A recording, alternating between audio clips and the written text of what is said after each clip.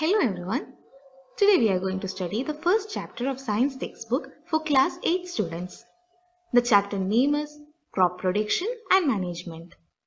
So we shall start reading the chapter. Paheli and Bhujo went to their uncle's house during the summer vacation. Their uncle is a farmer. One day they saw some tools like khurpi, sickle, shawl, plow, etc. in the field. Then Bhujo got a doubt. I want to know where and how we use these tools. ഇവിടെ പഹലി and ബൂജോ രണ്ട് കുട്ടികൾ അവരുടെ summer vacation spend ചെയ്യാൻ വേണ്ടി അങ്കിളിന്റെ വീട്ടിൽ പോയതായിരുന്നു. അവരുടെ അങ്കിൾ ഒരു ഫാർമറാണ്. അപ്പോൾ ഒരു ദിവസം ഫീൽഡിൽ അവർ കുറച്ച് ടൂൾസ് കണ്ടു. അപ്പം ബൂജോനൊരു ഡൗട്ട് തോന്നി, എന്തിനാണ് ഈ ടൂൾസ് ഒക്കെ യൂസ് ചെയ്യുന്നത്? Do you guys know for what these tools are used for? നമുക്ക് നോക്കാം. ഖുർപ്പി എന്ന് പറഞ്ഞാൽ ഒരു ചെറിയ ടൂളാണ്, നമ്മൾ മണ്ണൊക്കെ ഇളക്കിയെടുക്കാൻ വേണ്ടി യൂസ് ചെയ്യുന്ന ഒരു ടൂള്. പിന്നെ സിക്കിൾ, അതാണ് നമ്മുടെ അരിവാള്, നമ്മൾ പുല്ലൊക്കെ വെട്ടാൻ വേണ്ടി യൂസ് ചെയ്യുന്നതാണ്. ഷോവൽ എന്ന് പറഞ്ഞ ഒരു നീളൻ പിടിയൊക്കെ ഉള്ള നമ്മൾ എന്തെങ്കിലും സാധനങ്ങളൊക്കെ വാരിയെടുക്കാൻ വേണ്ടി യൂസ് ചെയ്യുന്ന ഒരു ടൂളാണ്. പ്ലോ എന്ന് പറഞ്ഞാൽ കലപ്പ, നമ്മുടെ വയലൊക്കെ ഉഴുതുമറിക്കാൻ വേണ്ടി യൂസ് ചെയ്യുന്ന കലപ്പ.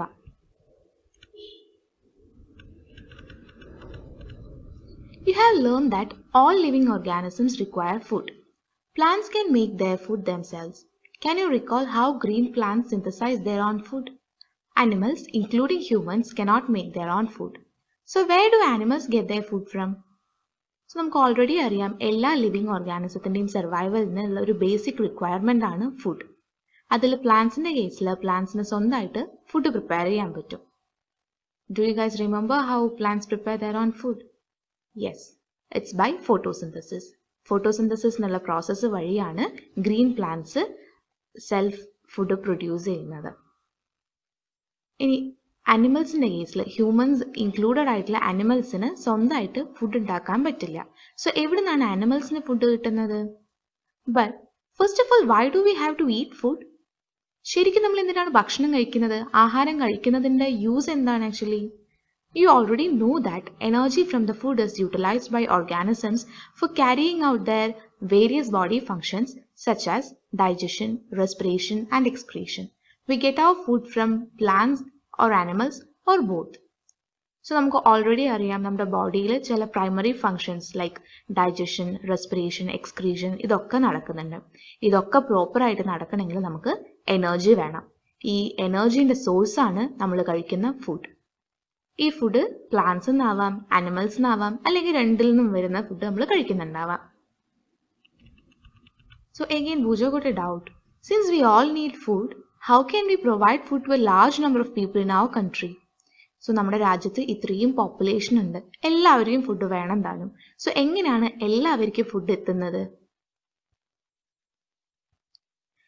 Then Paheli is answering, food has to be produced on a large scale. So ഇത്രയും പേർക്ക് ഫുഡ് എത്തണമെങ്കിൽ ഒരുപാട് ഫുഡ് പ്രൊഡ്യൂസ് ചെയ്യുന്നുണ്ടാവണം.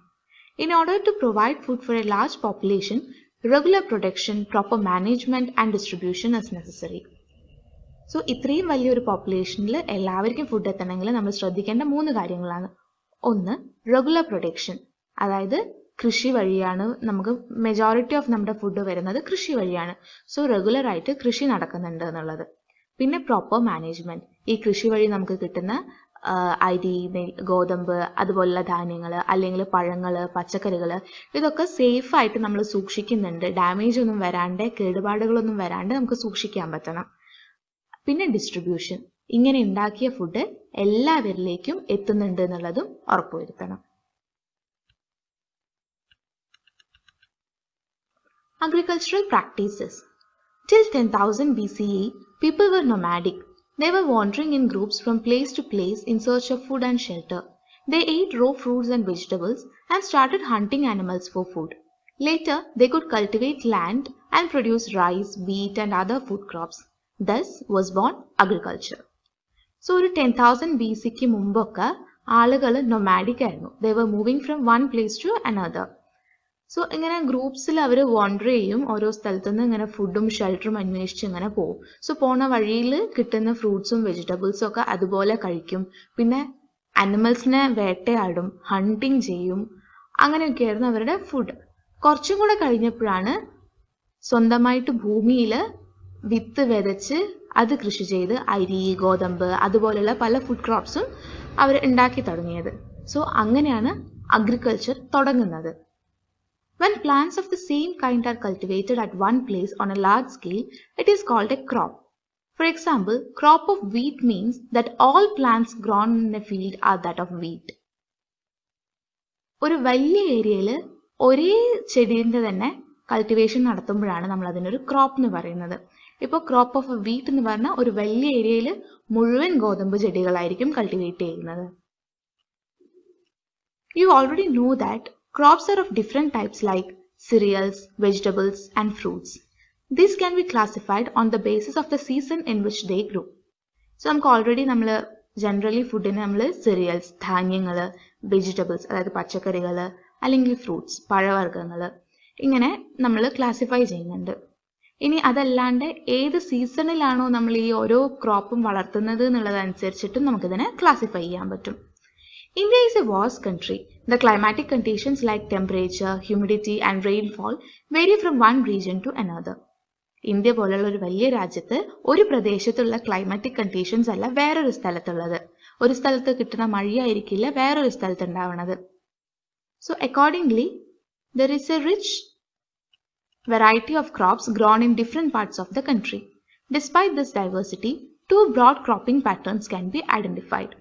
സോ ഈ ക്ലൈമാറ്റിക് വേരിയേഷൻസ് ഉള്ളത് കൊണ്ട് തന്നെ ഒരു സ്ഥലത്ത് പ്രൊഡ്യൂസ് ചെയ്യുന്ന ക്രോപ്സ് ആയിരിക്കില്ല വേറൊരു സ്ഥലത്ത് പ്രൊഡ്യൂസ് ചെയ്യുന്നത്. എന്നാലും കൂടെ നമുക്ക് ജനറലി നമ്മുടെ ക്രോപ്പിംഗ് പാറ്റേണിനെ രണ്ടായിട്ട് ഡിവൈഡ് ചെയ്യാം. These are kharif crops. The crops which are sown in the rainy season are called kharif crops. The rainy season in India is generally from June to September. Paddy, maize, soybean, groundnut and cotton are kharif crops. Generally നമ്മൾ മഴക്കാലത്ത് വിത്തിട്ട് കൃഷി ചെയ്യുന്ന ക്രോപ്സിനെയാണ് നമ്മൾ kharif crops എന്ന് പറയുന്നത്. ഇന്ത്യയിൽ June to സെപ്റ്റംബറിലാണ് നമ്മൾ monsoon അല്ലെങ്കിൽ റെയിനി സീസൺ എന്ന് പറയുന്നത്. സോ ആ ടൈമിൽ നമ്മൾ വിത്തിട്ട് മുളപ്പിച്ച് കൃഷി ചെയ്യുന്ന പ്ലാന്റ്സിനെയാണ് ഖാരിഫ് ക്രോപ്സ് എന്ന് പറയുന്നത്. ഏതൊക്കെയാത്? പാഡി, നെല്ല്, മെയ്സ്, ചോളം, സോയാബീൻ, ഗ്രൗണ്ട്നട്ട്, നിലക്കടല ആൻഡ് കോട്ടൺ, പരുത്തി. ഇതൊക്കെയാണ് ഖാരിഫ് ക്രോപ്സ്. പിന്നെ second is rabi crops. The crops grown in the winter season, October to March, are called rabi crops. Examples of rabi crops are wheat, gram, pea, mustard and linseed. നമ്മൾ മഞ്ഞുകാലത്ത് winter സീസണിൽ കൃഷി ചെയ്യുന്നതാണ് rabi crops. അതായത് October to March വരെയുള്ള തണുപ്പ് കാലത്ത് നമ്മൾ കൃഷി ചെയ്യുന്നതാണ് റാബി ക്രോപ്സ്. ഏതൊക്കെയാ? വീറ്റ്, ഗോതമ്പ്, ഗ്രാം, കടല, പീ, പയറ്, മസ്റ്റാർഡ്, കടുക്, ലിൻസീഡ്, ചണ. ഇതൊക്കെയാണ് major rabi crops. Besides these, pulses and vegetables R grown during summer at many places. ഈ രണ്ട് തരം അല്ലാണ്ട് സമ്മറിൽ നമ്മൾ പല സ്ഥലത്തും പൾസസും വെജിറ്റബിൾസും കൂടെ കൃഷി ചെയ്യാറുണ്ട്. Basic practices of crop production, അതാണ് അടുത്ത topic. Why paddy cannot be grown in winter season? Paddy requires a lot of water, therefore it is grown only in the rainy season. അപ്പോൾ നമ്മൾ ചില ക്രോപ്സ് വളരാൻ ചില ടൈമിൽ മാത്രമേ പറ്റുള്ളൂ എന്ന് പറഞ്ഞു. സോ അങ്ങനെ ഒരു എക്സാമ്പിൾ ആണ് നമ്മൾ പാഡീനെ ഖാരിഫ് ക്രോപ്പ്, അതായത് മഴക്കാലത്ത് നടുന്ന ചെടിയായിട്ടാണ് പറഞ്ഞത്. ഇറ്റ്സ് ബിക്കോസ് പാഡിക്ക് ഒരുപാട് വെള്ളം വേണം. സോ അതുകൊണ്ടാണ് അത് നമ്മൾ റെയിനി സീസണിൽ കൾട്ടിവേറ്റ് ചെയ്യുന്നത്. Cultivation of crops involves several activities undertaken by farmers over a period of time. You may find that these activities are similar to those carried out by a gardener or even by you when you grow ornamental plants in your house. So നമ്മൾ കൃഷി തുടങ്ങുന്നതിന് മുമ്പ് നമുക്ക് ചില കാര്യങ്ങൾ ചെയ്യാനുണ്ട്. ഈ കാര്യങ്ങൾ എന്തൊക്കെയാ? നമ്മൾ ജനറലി നമ്മളൊരു ചെടി നടുമ്പോൾ നമ്മുടെ വീട്ടിലെ ഗാർഡനർ ആയാലും അല്ലെങ്കിൽ നമ്മൾ തന്നെ ഒരു ചെടി നടുമ്പോഴായാലും നമ്മൾ ചെയ്യുന്ന ജനറൽ കാര്യങ്ങളാണ് ഇതൊക്കെ. These activities or tasks are referred to as agricultural practices which are listed below. So ഈ സെറ്റ് ഓഫ് സ്റ്റെപ്സിനെയാണ് നമ്മൾ അഗ്രികൾച്ചറൽ പ്രാക്ടീസസ് എന്ന് പറയുന്നത്. ഏതൊക്കെയത്? പ്രിപ്പറേഷൻ ഓഫ് സോയിൽ, ആദ്യം മണ്ണ് നന്നാക്കണം, അതായത് നമ്മൾ കൃഷി ചെയ്യാൻ ഉദ്ദേശിക്കുന്ന നിലം നന്നാക്കണം. പിന്നെ സോയിൽ, വിത്തിടണം. ആഡിങ് മാനുവർ ആൻഡ് ഫെർട്ടിലൈസേഴ്സ്, അതിന് വേണ്ട വളവും ഫെർട്ടിലൈസറും ഒക്കെ ആഡ് ചെയ്ത് കൊടുക്കണം. ഇറിഗേഷൻ, പ്രോപ്പർ വാട്ടറിങ് ഉണ്ടാവണം. പ്രൊട്ടക്ടിങ് ഫ്രം വീഡ്സ്, വേറെ കളകളൊന്നും വരാണ്ട് വേറെ ചെടികളൊന്നും വരാണ്ട് ശ്രദ്ധിക്കണം. ഹാർവെസ്റ്റിംഗ്, ഈ നമ്മൾ കൾട്ടിവേറ്റ് ചെയ്യുന്ന ക്രോപ്പിലെ ഫ്രൂട്ടോ വെജിറ്റബിളോ എന്താണെന്ന് വെച്ചാൽ അത് പാകമായി കഴിയുമ്പോൾ പ്രോപ്പറായിട്ട് ഹാർവെസ്റ്റ് ചെയ്യണം. പിന്നെ സ്റ്റോറേജ്, അതിന് വേറെ ഇൻസെക്ട്സ് വരാണ്ട് അല്ലെങ്കിൽ വെള്ളം കൊണ്ടോ അങ്ങനെ ഒന്നും കൊണ്ടും അത് കേടുവരാണ്ട് പ്രോപ്പറായിട്ട് സ്റ്റോർ ചെയ്യണം. Preparation of soil. So first step ആണ് preparation of soil. The preparation of soil is the first step before growing a crop. One of the most important tasks in agriculture is to turn the soil and loosen it.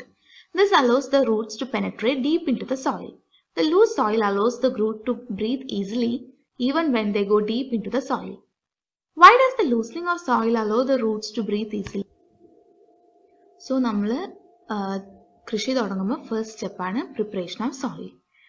എന്താണ് ഈ preparation of soil എന്ന് പറഞ്ഞാൽ നമ്മൾ ഈ സോയിലിനെ നന്നായിട്ട് ഇളക്കിയെടുത്ത് അതൊന്ന് loosen ചെയ്യുന്ന പ്രോസസ്സാണ് പ്രിപ്പറേഷൻ ഓഫ് സോയിൽ എന്ന് പറയുന്നത്. സോ ഇങ്ങനെ ചെയ്തു കഴിഞ്ഞാൽ നമ്മുടെ ചെടികളുടെ റൂട്ട്സിന് ആഴത്തിൽ പോവാനും നന്നായിട്ട് പെനട്രേറ്റ് ചെയ്ത് ആഴത്തിൽ പോവാനും പ്രോപ്പർലി ബ്രീത്ത് ചെയ്യാനും പറ്റും. എങ്ങനെയാണ് ഈ ലൂസായ സോയിൽ റൂട്ട്സിന് ബ്രീത്തിങ് ഈസി ആക്കുന്നത്? The loosened soil helps in the growth of earthworms and microbes present in the soil. These organisms are friends of the farmer since they further turn and loosen the soil and add humus to it. But why the soil needs to be turned and loosened? So ഇങ്ങനെ loosened ആയ സോയിലിൽ കൂടുതൽ earthwormsഉം microbesഉം ഒക്കെ കൂടുതൽ വളരാൻ പറ്റും. So ഇതൊക്കെ ഫാമേഴ്സിന്റെ friends ആയിട്ട് നമ്മൾ കൺസിഡർ ചെയ്യുന്ന ആൾക്കാരാണ്. മണ്ണിരകളും അതുപോലെ പല മൈക്രോബ്സും. ഇത് നമ്മളെ സോയിലിലേക്ക് ഹ്യൂമസ് ആഡ് ചെയ്യും. പക്ഷെ പിന്നെയും എന്തിനാണ് നമ്മൾ ഇതിങ്ങനെ ടേൺ ചെയ്ത് ലൂസൻ ചെയ്യുന്നത്?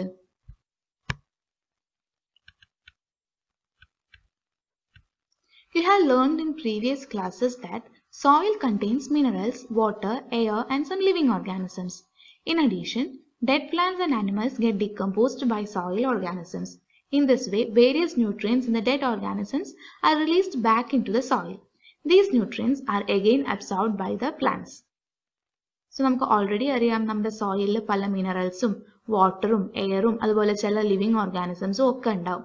ഇതൊക്കെ കൂടാണ്ട് ഡെഡ് പ്ലാന്റ്സും ആനിമൽസും ഒക്കെ ഈ സോയിൽ ഓർഗാനിസംസ് അവരെ ഡീകമ്പോസ് ചെയ്തിട്ട് അവരുടെ ന്യൂട്രിയൻസ് ഈ ഡെഡ് ഓർഗാനിസത്തിൽ ഉണ്ടായിരുന്ന ന്യൂട്രിയൻസും കൂടെ സോയിലിലേക്ക് റിലീസ് ചെയ്യും. സോ നമ്മുടെ പ്ലാന്റ്സിന് ഈ ന്യൂട്രിയൻസ് വീണ്ടും അബ്സോർബ് ചെയ്തെടുക്കാൻ പറ്റും. Since only a few centimeters of the top layer of soil supports plant growth, turning and loosening of soil brings the nutrient-rich soil to the top so that plants can use these nutrients. So generally, നമ്മുടെ plant growth എന്ന് പറഞ്ഞാൽ top ഒരു കുറച്ച് centimetres of top ലെയറിൽ മാത്രമേ നമ്മുടെ plant growth ഉണ്ടാവുള്ളൂ. So നമ്മളിങ്ങനെ ഇത് പ്രോപ്പർലി ടേൺ ചെയ്ത് ലൂസൻ ചെയ്ത് കഴിഞ്ഞാൽ താഴെയുള്ള nutrient-rich soilഉം കൂടെ മേലേക്ക് വരും. So that plants can use these nutrients. Thus, turning and loosening of soil is very important for cultivation of crops. So ഇതുകൊണ്ടാണ് നമ്മൾ turning and loosening വളരെ important ആണെന്ന് പറയുന്നത്. The process of loosening and turning of the soil is called tilling or plowing. This is done by using a plow. Plows are made of wood or iron. If the soil is very dry, it may need watering before plowing. The plowed field may have big clumps of soil called crumbs. It is necessary to break these crumbs. Leveling the field is beneficial for sowing as well as irrigation. Leveling of soil is done with the help of a leveler. Sometimes manure is added to the soil before tilling. This helps in proper mixing of manure with soil. The soil is moistened before sowing. So നമ്മൾ ഈ ചെയ്യുന്ന process ഈ മണ്ണിനെ turn ചെയ്ത് loosen ചെയ്യുന്ന പ്രോസസ്സിനാണ് tilling അല്ലെങ്കിൽ ploughing എന്ന് പറയുന്നത്. പ്ലോ യൂസ് ചെയ്തിട്ടാണ് നമ്മൾ ഇത് ചെയ്യുന്നത്. ഈ പ്ലോ മേ ബി വുഡിനെ കൊണ്ടുള്ളതായിരിക്കാം അല്ലെങ്കിൽ അയൺ വെച്ച് ഉണ്ടാക്കിയതായിരിക്കാം. ഇനി സോയിൽ ഡ്രൈ ആണെങ്കിൽ നമ്മൾ പ്ലോ ചെയ്യുന്നതിന് മുമ്പേ അതൊന്ന് വാട്ടർ ചെയ്യണം. നമ്മൾ പ്ലോ ചെയ്താലും കൂടെ ചിലപ്പം ഈ ഫീൽഡിൽ വലിയ വലിയ മണ്ണിന്റെ കട്ടകൾ ഉണ്ടാവും. ഒരു ലെവലർ ഉപയോഗിച്ച് നമ്മൾ അതും കൂടെ ബ്രേക്ക് ചെയ്യണം. അതുപോലെ പ്രോപ്പർലി നമ്മൾ ഇറിഗേറ്റ് ചെയ്യാൻ വേണം. പിന്നെ ഈ ടില്ലിങ്ങിന് മുമ്പേ നമുക്ക് മാനുവറും കൂടെ ആഡ് ചെയ്ത് കൊടുക്കാം. സോ ദാറ്റ് നമ്മളിത് ടേൺ ചെയ്ത് ലൂസൻ ചെയ്തെടുക്കുമ്പോൾ ഈ മാനുവറും സോയിലിൽ ഈക്വലി മിക്സ്ഡ് ആവും. പിന്നെ നമ്മൾ അടുത്തത് വിത്ത് ഇടുകയാണ്, സോയിങ് ആണ്. സോ അതിനു മുമ്പ് നമ്മൾ സോയിലും മോയ്സ്റ്റൻ ചെയ്ത് കൊടുക്കണം വെള്ളം കൊടുത്തിട്ട്. Agricultural implements. Before sowing the seeds, it is necessary to break soil clumps to get better yield. This is done with the help of various tools. The main tools used for this purpose are the plow, hoe and cultivator. So already നമ്മൾ പറഞ്ഞു കഴിഞ്ഞു. നമ്മൾ വിത്ത് ഇറക്കുന്നതിന് മുമ്പ് നമ്മുടെ field പ്രോപ്പറായിട്ട് ഫീൽഡിലെ soil പ്രോപ്പറായിട്ട് കിളച്ച് ready ആക്കിയിടണം. So എന്നാലും ചിലപ്പോൾ അതിൽ ചില സോയിൽ ക്ലംസ് ഒക്കെ മൺകട്ടകളൊക്കെ ബാക്കിയായി പോയിട്ടുണ്ടാവും. അപ്പോൾ അതിനെയും കൂടെ ബ്രേക്ക് ചെയ്ത് പ്രോപ്പറായിട്ട് പ്രിപ്പയർ ചെയ്യണം. എന്നാൽ മാത്രമേ നമ്മുടെ പ്ലാന്റ്സിൻ്റെ റൂട്ട്സിനെ പ്രോപ്പർലി പെനട്രേറ്റ് ചെയ്ത് മാക്സിമം ഗ്രോത്ത് വന്ന് നമുക്ക് ബെറ്റർ ഈൽഡ് കിട്ടുള്ളൂ. സോ ഇത് ചെയ്യാൻ വേണ്ടി നമ്മൾ ചില ടൂൾസ് ഉപയോഗിക്കും. അങ്ങനെയുള്ള കോമൺ ടൂൾസ് ആണ് പ്ലോ, ഹോ, കൾട്ടിവേറ്റർ ഇതൊക്കെ. So we will see them one by one. First one is plow. This is being used since ancient times for tilling the soil, adding fertilizer to the crop, removing the weeds and turning the soil. This is made of wood and is drawn by a pair of bulls or other animals. So plough എന്ന് പറഞ്ഞാൽ കലപ്പയാണ്. നമ്മളൊക്കെ familiar ആയിട്ടുള്ളൊരു ടൂളാണിത്. ഇത് പണ്ട് കാലം മുതലേ തന്നെ use ചെയ്യുന്നതാണ്. നിലം ഉഴുതുമറിക്കാനും ഫെർട്ടിലൈസേഴ്സ് ആഡ് ചെയ്യാനും അതുപോലെ കളകൾ നശിപ്പിച്ച് കളയാനും ഒക്കെ യൂസ് ചെയ്യുന്ന ഒരു കോമൺ ടൂളാണ്. മോസ്റ്റ്ലി വുഡിനെ കൊണ്ടുണ്ടാക്കിയിട്ടുള്ളതാണിത്. ഇതിന് ഒരു പെയർ ഓഫ് ബുൾസ് അല്ലെങ്കിൽ ഹോസ് അല്ലെങ്കിൽ ക്യാമൽ ആണിത് ഡ്രൈവ് ചെയ്യുന്നത്. It contains a strong triangular iron strip called plowshare. The main part of the plow is a long log of wood which is called a plow shaft. There is a handle at one end of the shaft. The other end is attached to a beam which is placed on the bull's necks. One pair of bulls and a man can easily operate the plow. So the figure is given down. We will see that. അപ്പോൾ ഇവിടെ കാണാം ഈ triangular metal സ്ട്രിപ്പിനെയാണ് നമ്മൾ plowshare എന്ന് പറയുന്നത്. ഇതിനെ connect ചെയ്തിട്ട് ഇതിൻ്റെ മെയിൻ പാർട്ടാണ് ഈ wooden log. This is called plough shaft. ഈ പ്ലോ ഷാഫ്റ്റ് വേറൊരു ബീമിനോട് കണക്ട് ചെയ്തിട്ടാണ് ഉണ്ടാവുക. ഈ ബീമാണ് നമ്മൾ ഈ ആനിമലിൻ്റെ നെക്കിൽ വെച്ചു കൊടുക്കുന്നത്. എന്നിട്ട് ഇപ്പുറത്തൊരു ഹാൻഡിലും കൂടെ ഉണ്ട്. അത് വെച്ചിട്ടാണ് നമ്മൾ ഇതിനെ ഡ്രൈവ് ചെയ്യുന്നത്. The indigenous wooden plow is increasingly being replaced by iron plows nowadays. നമ്മൾ ട്രഡീഷണലി യൂസ് ചെയ്യുന്നത് വുഡൻ പ്ലോസ് ആയിരുന്നു. പക്ഷെ നവഡേയ്സ് നമുക്ക് മെറ്റലിനെ കൊണ്ട് അയണിനെ കൊണ്ടുള്ള പ്ലോസും കൂടെ അവൈലബിൾ ആണ്. Second one is hoe. It is a simple tool which is used for removing weeds and for loosening the soil. It has a long rod of wood or iron. A strong broad and bend plate of iron is fixed to one of its end and works like a blade. It is pulled by animals. So here also a figure is given where you can see ഇങ്ങനെ ഒരു വലിയ റോഡാണ് which is either made up of wood ആവാം അല്ലെങ്കിൽ ഒരു metal ആവാം, അയണിനെ കൊണ്ടുള്ളതാവാം. അതിൻ്റെ ഒരു എൻഡിൽ ഒരു ബെൻഡ് ആയിട്ടുള്ള ഒരു മെറ്റൽ പ്ലേറ്റ് ഉണ്ട്. ഇതും മോസ്റ്റ്ലി അനിമൽ ഡ്രിവൺ ആണ്. അപ്പം ഇതും നമ്മൾ കിളയ്ക്കാനും അതുപോലെ ആവശ്യമില്ലാത്ത ചെടികളൊക്കെ വെട്ടിക്കളയാനും ഒക്കെ യൂസ് ചെയ്യുന്നതാണ്. Then cultivator. Nowadays plowing is done by tractor driven cultivator. The use of cultivator saves labor and time. So idum nammal familiar aanu. Ee tractor driven cultivators um nammal familiar aanu. Tractor inde or endil nammal ee cultivator nu parayana tool um kude fix cheyidittu idum nammal idu enchal നമുക്ക് കുറച്ചും കൂടെ beneficial ആണ്. കാരണം നമ്മുടെ എഫേർട്ടും അതായത് ലേബറും അതുപോലെ നമ്മുടെ ടൈമും സേവ് ചെയ്യാൻ പറ്റും ഈ മെത്തേഡിൽ.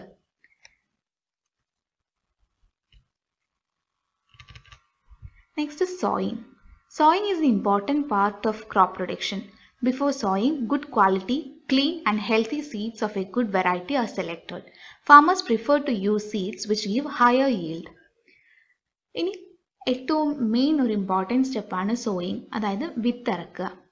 അപ്പോൾ നമ്മൾ വിത്ത് വിതയ്ക്കുന്നതിന് മുമ്പ് തന്നെ നമ്മൾ നല്ല ഗുഡ് ക്വാളിറ്റി, നല്ല ക്ലീൻ ആയിട്ടുള്ള, നല്ല ഹെൽത്തി ആയിട്ടുള്ള സീഡ്സ്, നമുക്ക് ഏറ്റവും നല്ല വെറൈറ്റി പ്ലാന്റിൻ്റെ ഏറ്റവും നല്ല സീഡ്സ് വേണം നമ്മൾ സെലക്ട് ചെയ്യാൻ. സോ യൂഷ്വലി ഫാമേഴ്സ് ഏറ്റവും കൂടുതൽ നമുക്ക് ഉത്പാദനം ഉണ്ടാവുന്ന സീഡ്സ്, അങ്ങനെയുള്ള നല്ല ഹൈ yielding ആയിട്ടുള്ള സീഡ്സ് ആണ് നമ്മൾ യൂസ് ചെയ്യുക.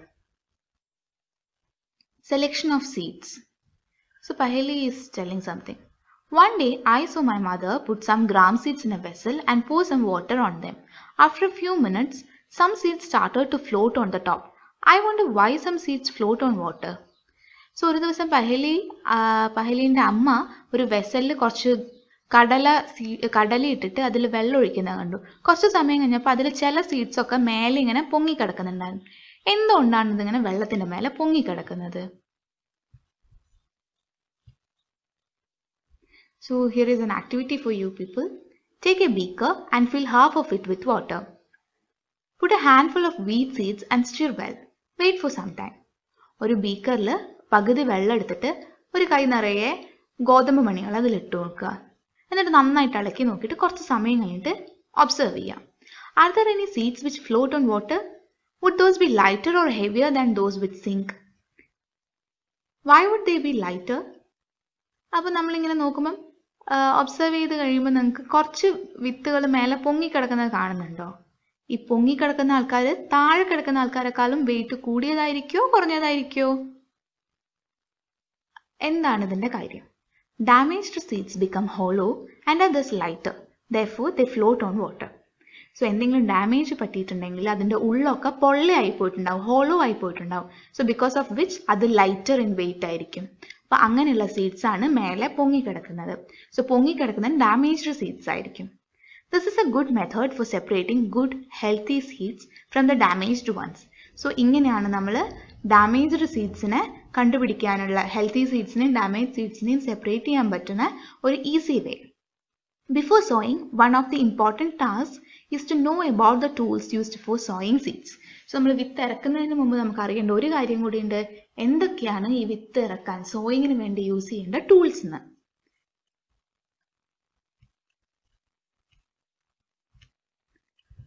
Traditional tool. The tool is used traditionally for sowing seeds is shaped like a funnel. The seeds are filled into the funnel, passed down through 2 or 3 pipes having sharp ends. These ends pierce into the soil and place the seeds there. So നമ്മൾ traditionally conventionally നമ്മൾ use ചെയ്യുന്ന ഒരു ടൂളാണ് ഒരു ഫണ്ണൽ shaped ആയിട്ടുള്ള ഒരു tool. So it is like this. ഇതിൽ ഈ ഫണ്ണലിൽ നമ്മൾ സീഡ്സ് ഇട്ട് കൊടുക്കും. അതങ്ങനെ താഴത്തെ ഇങ്ങനെ ഒരു പൈപ്പ് പോലെ ഉണ്ട്. സോ അതിലേക്കൂടെ അതിങ്ങനെ നമ്മൾ ഇതിങ്ങനെ മൂവ് ചെയ്യുന്ന കൂട്ടത്തിൽ തന്നെ അതും ആ വഴിയിൽ തന്നെ, ഈ ഫ്ലോ പോണ അതേ വഴിയിൽ തന്നെ ആ സീഡ്സും പോവും.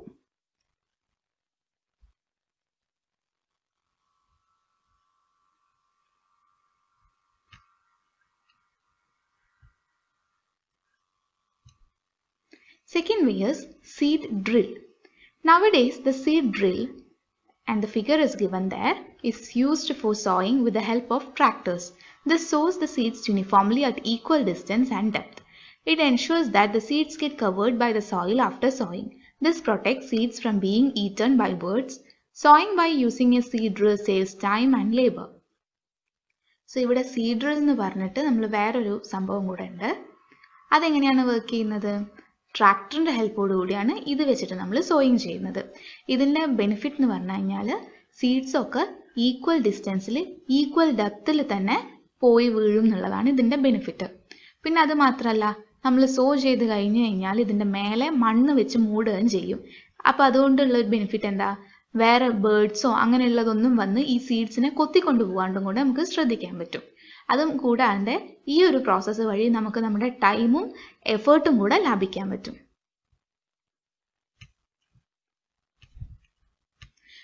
Then Bujo is asking, there is a nursery near my school. I found that little plants were kept in small bags. Why are they kept like this? അപ്പോൾ പൂജോന്റെ വീടിൻ്റെ അടുത്തൊരു നഴ്സറി ഉണ്ട്. പൂജോന്റെ സ്കൂളിനടുത്തൊരു നഴ്സറി ഉണ്ട്. അവിടെ കുഞ്ഞു കുഞ്ഞു ബാഗ്സിൽ കുഞ്ഞു കുഞ്ഞു പ്ലാന്റ്സ് വെച്ചിട്ട് കണ്ടു. സോ പൂജ ചോദിക്കാൻ അതെന്താണ് അങ്ങനെ വെക്കേണ്ട ആവശ്യം? And Pahle is telling, seeds of a few plants such as paddy are first grown in a nursery. When they grow into seedlings, they are transplanted to the field manually. Some forest plants and flowering plants are also grown in the nursery. So ചില ചെടികൾ, അതായത് നെല്ലൊക്കെ പോലെയുള്ള ചില ചെടികൾ നമ്മൾ ആദ്യം ഒരു നഴ്സറിയിൽ ചെറിയ ബാഗ്സിൽ നമ്മൾ വിത്തിട്ടിട്ട് മുളപ്പിക്കും. അത് കുഞ്ഞു സീഡ്ലിങ്സ് ആകുമ്പോഴാണ് നമ്മൾ ഒറിജിനൽ ഫീൽഡിലേക്ക് അത് മാറ്റി ട്രാൻസ്പ്ലാന്റ് ചെയ്യുന്നത്. ഈ നെല്ല് പോലെ വേറെയും പല ചെടികൾ നമ്മൾ തന്നെ കണ്ടിട്ടുണ്ട്. നമ്മളെ വീട്ടിലൊക്കെ ചില ചെടികൾ, നമ്മൾ ചീര അങ്ങനെയുള്ള ചെടികളൊക്കെ നമ്മൾ കണ്ടിട്ടുണ്ട്. വിത്തിട്ടിട്ട് നമ്മൾ പിന്നെ കുറച്ചതൊന്ന് വലുതായി കഴിയുമ്പോൾ നമ്മൾ മാറ്റി നടും.